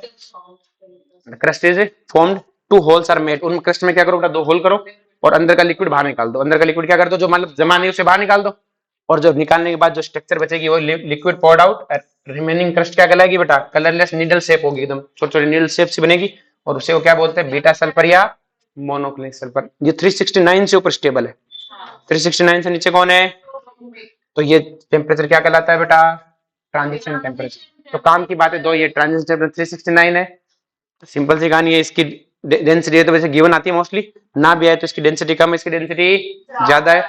मोनो रोम्बिक की अल्फा है, मोनोक्लिनिक के बीटा है। भाई कोई काम की चीज है नहीं है।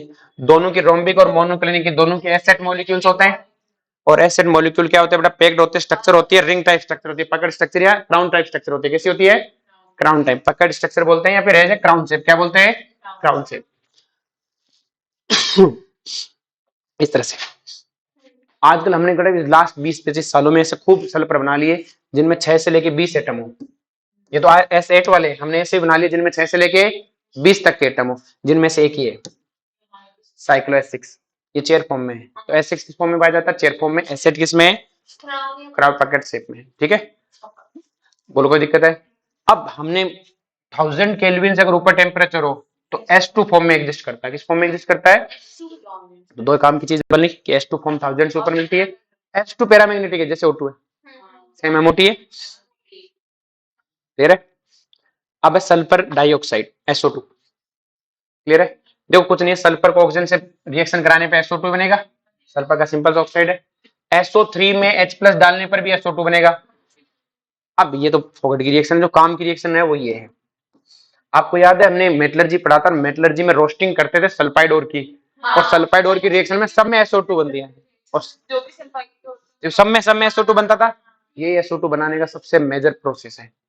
जितनी जहां पे भी ये क्या बोलते हैं, जितनी मेटलर्जी वाली रिएक्शन है, मतलब जितनी भी इंडस्ट्री है जहां पे पोर्स के को रोस्टिंग किया जाता है वहां से SO2 बनाया जाता है, SO2 बेचा जाता था। क्लियर है? क्योंकि सारों में बनेगा तो क्यों ना उसे यूज किया जाए। तो खूब सारा SO2 बनाने का यही सबसे बेस्ट मेथड है। समझ में? The gas is drying liquefy under the pressure and store in seal container। ये तो कोई प्रॉब्लम नहीं है। प्रॉपर्टीज, सल्फर डाइऑक्साइड कलरलेस है, कोई नहीं पूछ रहा, पंजेंट स्मेल है। ठीक है, हाईली सोल्यूबल इन वाटर, पानी में खूब घुलती है। पानी में क्या करती है खूब, क्योंकि पानी में घुल के ये बनाती है H2SO3 सल्फ्यूरस। क्लियर है? सल्फ्यूरस बनाते हैं ना कम वाला, ये तो लिखवाई दे, इसमें कोई दिक्कत है ही नहीं। अब बेटा कहता है कि ये जैसे NaOH के साथ रिएक्शन है SO2 की, तो SO2 प्लस NaOH की रिएक्शन पूछ ली। तो अब रुको ध्यान से, हमें पता है SO2 और पानी की रिएक्शन तो जानते ही हो, क्या बनेगा? सेम ऑक्सी एसिड बनेगा, ये बन गया। अब इसके NaOH से रिएक्शन करा दो, हो गया। आगे समझ में? कैल्शियम हाइड्रोक्साइड से भी करवा सकते थे ना, तो ये आपको ये तो करवा रखा है ना, ये रिएक्शन तो सिखा रखी है, इसके आगे NaOH डाला है, तो ये एसिड बेस रिएक्शन होगी ना। अब ये कहता है कि अगर इसके अंदर Na2H2O3 है, क्लियर है, अगर और H2O प्रेजेंट हुई, अब अगर मान लो H2SO2 एक्सेस हुई, तो H2SO2 आपस में फिर से रिएक्शन करेंगे, तो H double bond OH OH, और ये भी बचा हुआ है H double bond O negative Na plus और है, तो ये कहता है देख भाई मैंने दोनों H प्लस दिया, तू दे दे, तो ये H प्लस आपस में क्या कर जाते हैं एक्सचेंज, क्योंकि ये एसिड हो गया ये बेस हो गया एक तरह से, तो NaCO3 डाइल्यूट हो गया एक तरह से सोडियम में बाइसल्फेट, हाइड्रोजन सल्फेट बोल दो या बाइसल्फेट बोल दो। In the reaction with water and alkaline, the behavior of sulfur dioxide very similar to the carbon dioxide. Same CO2 जैसा बिहेवियर है, CO2 भी तो पानी से रिएक्शन करेगा, H2CO3 बनाएगा, सेम ऐसा ही बॉन्ड देख लो, इसकी स्ट्रक्चर देखो यही तो है, यहाँ कार्बन यहाँ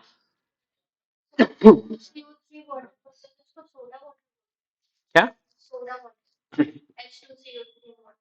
हाँ तो वही तो है, पीते रहते हो तुम, ठीक है। हाँ तो क्या हो गया, ठीक है, तो आगे से ध्यान रख लिया, ठीक है, इसमें कोई दिक्कत है। अब देखो यहाँ सल्फर सल्फर है तो कार्बोनिक एसिड है, और ये कार्बोनिक एसिड में अगर आप NaOH डालोगे तो सेम रिएक्शन होगी, दोनों Na आ जाएंगे, एक्सेस में डालोगे तो इस तरह से हो जाएगा, सोडियम बाइकार्बोनेट बन जाएगा, यहाँ तक कोई दिक्कत है। Sulphur dioxide react with chlorine in the presence of A charcoal, और क्या बनाता है SO2Cl2, और कल पढ़ा था SO2Cl2 क्या काम आता है बेटा, बोलो, PCl3 में अगर आप 10 डालोगे तो क्या बना देगा PCl3, किसका P4 का, 10 डाले पे PCl5 किसका P4 का, तो फॉस्फोरस में अगर आप डालोगे 10 डालोगे तो मुझे पता है क्या बनाएगा PCl5, बाकी वाले में जो भी था हमें कोई दिक्कत नहीं है, 10 का पता है, हमें किसका पता है 10 का। SO2 को ऑक्सीजन डालने पे क्या बनता है SO3, SO2 में ये अभी हम कॉन्टेक्ट प्रोसेस पढ़ेंगे तभी याद करेंगे, अभी क्यों याद करें, बोलो कोई दिक्कत है। अब दो ध्यान से, SO2 बेटा क्या है, अपने आप को अभी हमने पढ़ के आए थे, SO2 क्या है बेटा, बहुत अच्छा क्या है बेटा, खुद का ऑक्सीडाइजेशन रिड्यूसिंग एजेंट है। तो देखो बेटा अगर Fe2+ डाला, Fe3+ में SO2 डाला तो किस में कन्वर्ट कर दिया Fe2+ में, और SO3 किस में, SO2 किस में चला गया SO4 2 माइनस। आगे बात सुने, तो ध्यान देना SO2 हमेशा देखो SO2 है, तो आपको सर SO2 को तो SO3 में जाना चाहिए था ना, ऑफ कोर्स SO3 में गया था, लेकिन पानी है, क्या है बेटा पानी, पानी से SO3 रिएक्शन करके क्या बनाएगा H2SO4, और H2SO4 में पानी H+ दे देगा,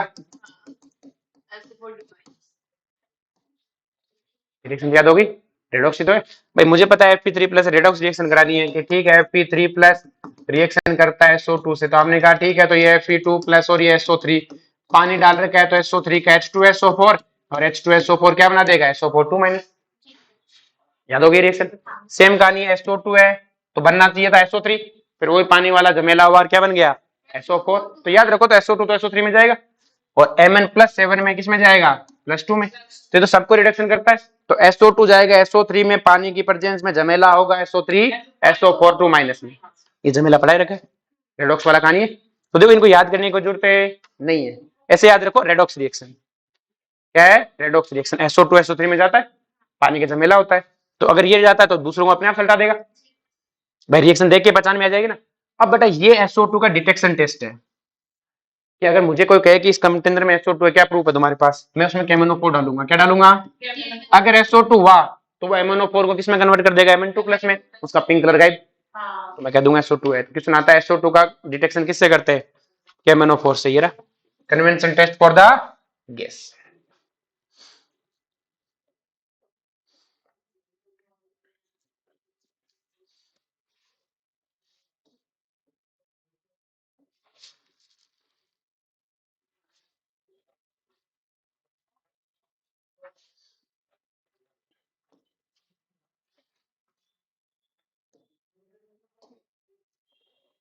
समझ में आ गया?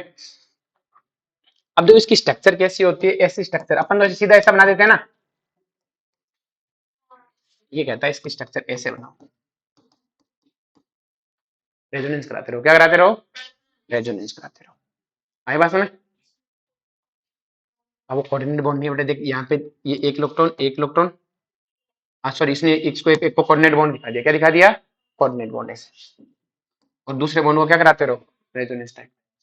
और ऐसे स्ट्रक्चर ये वाली स्ट्रक्चर भी चलती है और ये वाली भी चलती है, ठीक है, ये वाली भी ध्यान रखना, लिखी आ सकती है ना कि भाई एक के साथ तो डबल बॉन्ड, एक के साथ कोऑर्डिनेट बॉन्ड बना दिया, ये भी बना सकते हो, दोनों सही है। क्लियर है? ये एक तरह से एरो दिखा दिया ना, ऐसे बना सकते हो, कोई दिक्कत है नहीं, दोनों स्ट्रक्चर वैलिड है। यूज पढ़ लेना बेटा कि क्या काम आते हैं, ठीक है, इनमें कोई मेजर काम, हाँ ये एंटी क्लोरर, ये जो बताने की जरूरत है, बाकी तो कुछ नहीं, सब के सब साफ सफाई काम है। एंटी क्लोरर क्या होता है, जैसे अपन कपड़े वपड़े धोते हैं ना, तो जैसे अपने जो ब्लीचिंग पाउडर रह जाता है, कई बार तो सरफ लगी रह जाती नहीं रहती, व्हाइट व्हाइट से रहते कपड़े, तो सरफ से धोते हैं, तो एंटी क्लोरर मतलब उनको हटाने काम आता है, क्योंकि SO2 Cl2 हटा देता है ना। क्लियर है? एंटी क्लोरर मतलब जब ब्लीचिंग पाउडर में क्लोरीन क्लोरीन किसी चीजों पे लगी रहती है, जैसे पानी वानी जिसमें क्लोरीन ज्यादा हो, तो उन्हें हटाने के लिए SO2। तो इसे हार्ड वाटर में तो क्लोरीन का रोल नहीं है, मैग्नीशियम कैल्शियम होता है, नहीं, उसका अलग थिंग है, ठीक है। हाँ, अगर मान लो कपड़ों उपड़े में कहीं पे जैसे अपने डिटर्जेंट रह जाता है, क्लोरीन एक्सेस रह जाती है, तो क्लोरीन को हटाने के लिए SO2 को यूज करते हैं, क्योंकि SO2 Cl2 से रिएक्शन करके SOCl2 बना लेता है ना, तो इसे एंटी क्लोर बोलते हैं। बाकी सब के सब साफ सफाई है, ढंग से पढ़ लेना, बाकी सब क्या है, साफ सफाई, ब्लीचिंग ब्लीचिंग सब ब्लीचिंग है। क्लियर है? नेक्स्ट सुनना बेटा, what happen when the sulphur dioxide pass through the aqueous solution of Fe3+ reduction करेगा, कमेंट द SO बॉन्ड, अभी बताया था। How to presence of SO2 react at KMnO4, oxy acid तुम्हें पहले पढ़ा दिए सारे सारे। नेक्स्ट है सल्फ्यूरिक ऑक्साइड, लास्ट, इसके बाद ऑक्सीजन फैमिली खत्म। जो सल्फ्यूरिक एसिड में कुछ भी नहीं पढ़ना, इसका नाम है, बस इतना पढ़ लो, कांटेक्ट प्रोसेस, बस इतना पढ़ो, कांटेक्ट प्रोसेस, और कुछ नहीं है। कांटेक्ट प्रोसेस कुछ नहीं है बेटा, सल्फर को ऑक्सीजन की प्रेजेंस में जलाते हैं, SO2 मिलता है, तो SO2 बनाया था, जनरली सल्फाइड और से SO2 ले लेते हैं, उस SO2 का ऑक्सीडेशन कराते हैं, V2O5 से SO3 बनता है, ये कांटेक्ट प्रोसेस है। ये क्या है बेटा, कांटेक्ट प्रोसेस। अब ध्यान से, SO3 बनता है, क्या बनता है, इस SO3 में पानी डालते हैं H2SO4 बन जाता है, लेकिन पानी नहीं डालते, इस SO3 को स्टोर करते हैं H2SO4 में, किसमें स्टोर करते हैं, और क्या बनता है, H2H2O7 ओलियम, क्या बनता है, ओलियम। अब इसे हमेशा ओलियम के फॉर्म में ट्रांसपोर्ट करते हैं कि सर ऐसा क्यों, कि देखो ध्यान से, ना ऐसा कुछ नहीं है, स्टेबिलिटी का पंगा नहीं है, इससे खर्चा कम आता है, दुगुना H2SO4 ट्रांसफर हो जाता है। कैसे, अगर मान लो मैं क्या करता कि मेरे पास 1 किलो H2SO4 पहले से बना पड़ा है, ये क्या हो गया, देखो बेटा मेरे पास SO3 है, मैंने कहा मेरे एक कंटेनर में H2SO4 भरा पड़ा है, मेरे पास 1 किलो, मैंने कॉन्टेक्ट प्रोसेस से SO3 बनाया, SO3 में मैंने पानी डाला, क्या डाला, और मुझे पता है SO3 में पानी डालते हैं H2SO4 बनता है, मैंने 1 किलो H2SO4 और बना लिया, कितना H2SO4 हो गया बेटा, 2 kg। तो जब मैं इसको ट्रांसफर कराऊंगा तो कितना खर्चा कराना पड़ेगा, 2 किलो ट्रांसफर कराना पड़ रहा है। अब मुझे पता है कि अगर H2SO4 में से दोनों की रिएक्शन कराऊं तो क्या इसमें से H2O निकाला जा सकता है,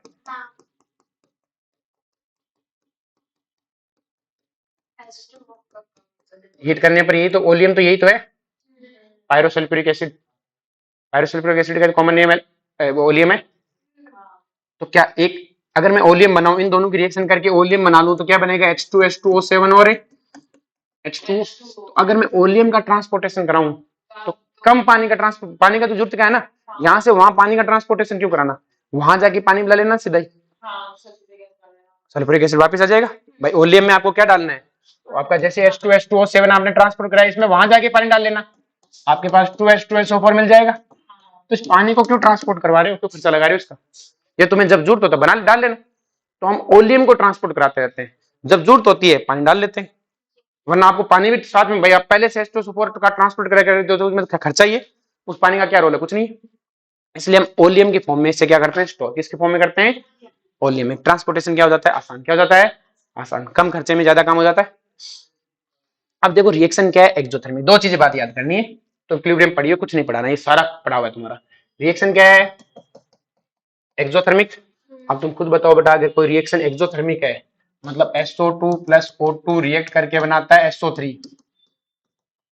तो टेम्परेचर अगर मैं डिक्रीज करूं तो एनर्जी डिक्रीज होगी, रिएक्शन फॉरवर्ड जाएगी। तो टेम्परेचर क्या होना चाहिए, लो। प्रेशर की बात करूं तो प्रेशर बढ़ाने पर रिएक्शन कहां जाएगी, जिधर क्या हो बेटा गैस के मोल कम हो, कहां जाएगी, आगे।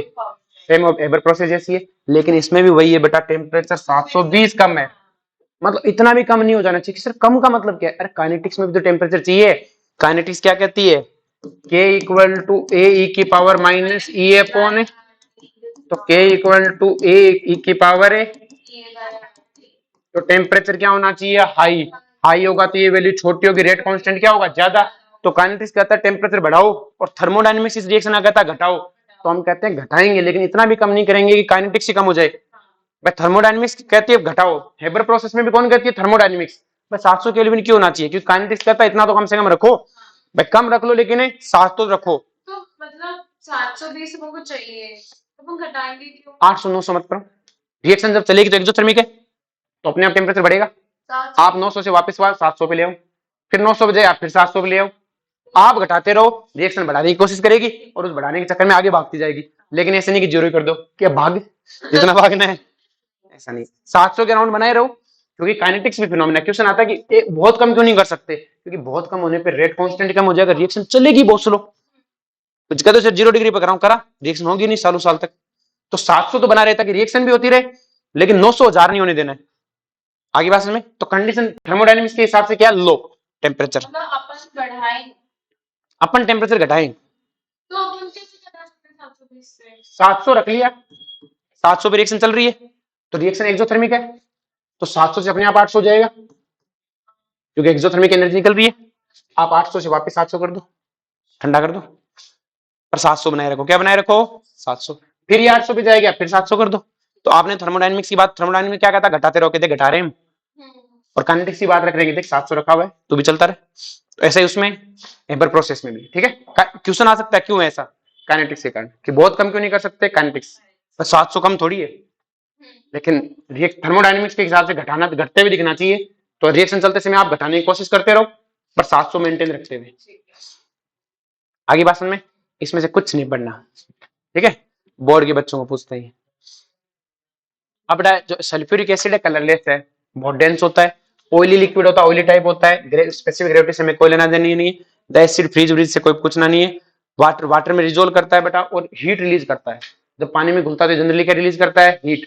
तो कभी भी जब एसिड को घोला जाता है, तो एसिड को घोलने का तरीका क्या होता है कि एसिड में पानी नहीं डाला जाता, पानी में एसिड डाला जाता है। किसमें डाला जाता है, पानी में, ताकि थोड़ी बहुत हीट रिलीज हो तो पानी एब्जॉर्ब कर ले। क्लियर है, आप एक सेकंड रुको, मैं नोट्स ले आऊंगी। इसको देखे आ रही है,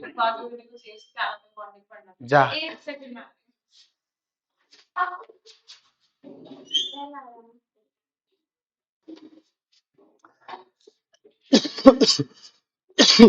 क्लियर है यहां तक, बोलो कोई दिक्कत है।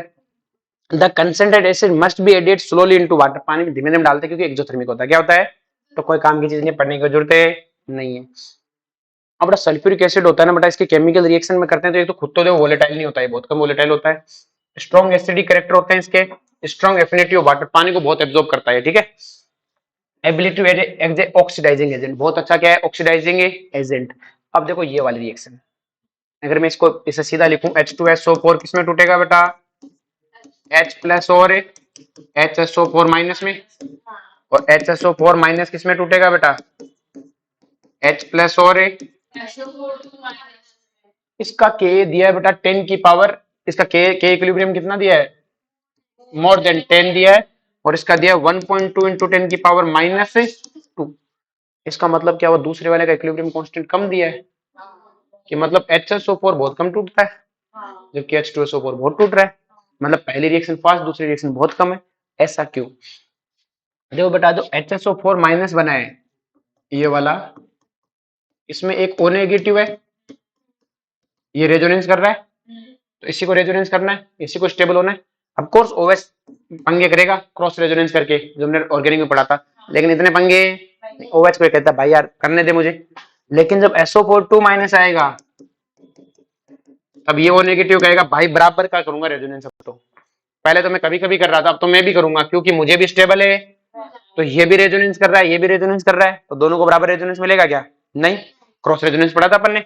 वो नेगेटिव भी कह रहा है मैं भी रेजोनेंस करूंगा, ये नेगेटिव कह रहा है मैं भी रेजोनेंस। और जब दोनों रेजोनेंस करने पे आएंगे तो हमने पढ़ा था कि किसी एक को मिल पाएगा रेजोनेंस क्रॉस कॉन्जुगेशन में, तो या तो इसको मिलेगा या इसको, तो दोनों को नहीं मिल रहा। जबकि यहाँ एक ओ नेगेटिव है, इस OH को अगर रेजोनेंस में हो रहा है तो इसको कह देगा भाई समझ तू, मेरे को करने दे, मैं मर रहा हूँ, तो कर ले, तू कर ले, क्योंकि ये मान भी सकता है एक बार के लिए। क्लियर है? लेकिन यहाँ तो दोनों बराबर रेजोनेंस करेंगे, तो ये क्या है बेटा, कम स्टेबल है, जबकि HSO4 माइनस क्या है, ज्यादा स्टेबल। इसलिए आपको H2SO4 के दोनों फॉर्म एग्जिस्ट मिलती है, ये भी मिलता है और ये भी मिलता है, क्योंकि मोस्ट ऑफ टाइम ये मिलने के चांस रहते हैं। एक H प्लस देखे, क्या एक देखे, एक H प्लस। आपने देखा होगा ऑर्गेनिक रिएक्शनों में H2SO4 को हम HSO4 माइनस और H प्लस में तोड़ते थे, पूरा नहीं तोड़ते। तो समझ में आ गया बेटा, क्वेश्चन पूछता है ना। तो बेटा लार्ज वैल्यू क्या इंडिकेट करती है कि H प्लस और HSO4 माइनस में टूटता है। Greater the value of distribution constant the stronger the acid. तो पहला पार्ट ज्यादा, मतलब H2SO4 ज्यादा एसिडिक है HSO4 माइनस से। The acid form two series of salt, दो तरह के साल्ट बनाता है, नॉर्मल सल्फेट SO4 2 माइनस, और दूसरा क्या बनाता है, एसिड सल्फेट। एसिड सल्फेट क्या होगा, एंड इसको एसिड से देखो, ये जैसे ये साल्ट है, तो ये कौन सा साल्ट है कि सिर्फ पानी, इसको कुछ नहीं, ये को साल्ट है सिर्फ, और ये बेटा एसिडिक साल्ट। ऐसा साल्ट जो H प्लस दे सकता है उसे बोलते हैं एसिडिक साल्ट। समझ में कि सर एसिडिक साल्ट ये कौन सा साल्ट है, ये कोई साल्ट एसिडिक नहीं है। हाँ, लेकिन पानी में डालने पर ये एसिडिक बेसिक कर सकते हैं। पानी में जब हाइड्रोलाइसिस कराऊंगा तब ये NaOH स्ट्रॉन्ग बेस है, तो ये बेसिक साल्ट है। पानी में ऐसा थोड़ी है, ये पानी में बिना डाले ही एसिडिक है, ये H प्लस दे सकता है। तो ऐसे साल्ट जो H प्लस दे सकते हैं वो एसिडिक साल्ट कहलाते हैं। और एसिडिक सॉल्ट कौन से होंगे, बीच वाले होंगे सारे। बेसिक सॉल्ट भी कौन होंगे, जो बीच वाले होंगे ना, वो बने मतलब जिन्होंने बीच वाले रहेंगे, जैसे ये है, ये भी क्या है, एसिडिक सॉल्ट है, लेकिन पानी में डालूंगा तो NaOH है, तो पानी में क्या आएगा सॉल्यूशन है, basic strong base weak acid वाला। हाइड्रोलाइसिस तो बात अलग है, हाइड्रोलाइसिस नहीं कराऊं तो कहेगा H प्लस दे सकता हूं मैं। ऐसा नहीं, एसिडिक सॉल्ट की कहानी। मिक्स सॉल्ट क्या होते हैं, जिसमें दो तरह के टाइम्स बन सकते हैं, दो तरह के एसिड से बने होते हैं, वो मिक्स साल्ट होते हैं। क्या होते हैं, नेक्स्ट देखो ध्यान से, अपने पास क्या आ गया, ये आ गया sulphuric acid, because of low volatility can be used to manufacturing of mono volatile acid. इससे हम बहुत सारे एसिड बनाते हैं, खुद तोड़ता नहीं है। तो अगर MX से किसी H2SO4 की रिएक्शन कराई तो MX, तो X माइनस है, ये H प्लस देगा तो क्या बन जाएगा HX, खुद तोड़ेगा नहीं, HX वोलेटाइल उड़ा लेंगे। और कौन कौन से बना सकते हैं, HF, HCl, HNO3, सबका प्रोडक्शन H2SO4 से। क्लियर है, जैसे NAF ले लो, NaCl ले लो, NaNO3 ले लो, सब में H2SO4 डालो। और याद करो हम तो HNO3 की स्ट्रक्चर रिएक्शन में पढ़ के आए थे, H2SO4 से NaNO3 में H2SO4 डालो, क्या बन जाएगा, HNO3। Concentrate sulphuric acid strong dehydrating agent. अब ये मोल वाले क्वेश्चन में आता है कि पानी डालने H2SO4 डालते सारा पानी एब्जॉर्ब कर जाता है। क्लियर है, many wet gases can be dried by the passing them through sulphuric acid. कोई भी, अगर कोई भी गैस है, उस गैस में अगर पानी है तो उसे H2SO4 से क्या कराते हैं बेटा, पास करवाते हैं। किससे पास करवाते हैं, तो गैस तो बाहर निकल जाएगी और उसके अंदर जितना पानी होगा बेटा, उस पानी को कौन एब्जॉर्ब कर लेगा, H2SO4। लेकिन वो गैस H2SO4 से रिएक्शन नहीं करनी चाहिए, वरना उसको भी पकड़ लेगा। हो गया, अपन ने कहा था साफ करने गए तो उसी को पकड़ लेगा। तो वो गैसेज जो H2SO4 से रिएक्शन नहीं करती, उनमें से अगर आपको पानी को हटाना है तो आप H2SO4 में से क्या करवा दो बेटा, उसे पास करवा दो। Provided gases not react with acid. Sulphuric acid remove water from organic compound. जैसे ग्लूकोज के अंदर H2SO4 डाल दे, पूरा पानी बाहर, कार्बन छोड़ता है। क्लियर है, hot concentrate sulphuric acid is a moderate strong oxidising agent. ये मॉडरेट होता है, बहुत पावरफुल भी नहीं है, बहुत वीक भी नहीं है। In the respect of intermediate between phosphoric और नाइट्रिक एसिड। फॉस्फोरिक से तो ज्यादा है लेकिन नाइट्रिक से कम। आपको याद है अपन किसी को HI को सल्टाने के लिए कभी H2SO4 का यूज नहीं किया, हमने HNO3 या HiO3 का यूज किया। तो ये कहता है ऑक्सीडाइजिंग एजेंट उतना अच्छा नहीं है, क्योंकि ये सल्फर +6 में स्टेबल है, +3 के जाने की तरफ कोशिश नहीं करता। क्लियर है, लेकिन अच्छा खासा है, रिएक्शन करता है। कॉपर से क्या बना देगा, CuSO4, सल्फर को SO2 में, कार्बन को CO2 में। मॉडरेट्स है, ये इसके यूज है, यूजेज पढ़ लेना, इसके यूजेज में क्वेश्चन आ सकता है। नेक्स्ट है ग्रुप नंबर है, इसे पढ़ेंगे अपन कल।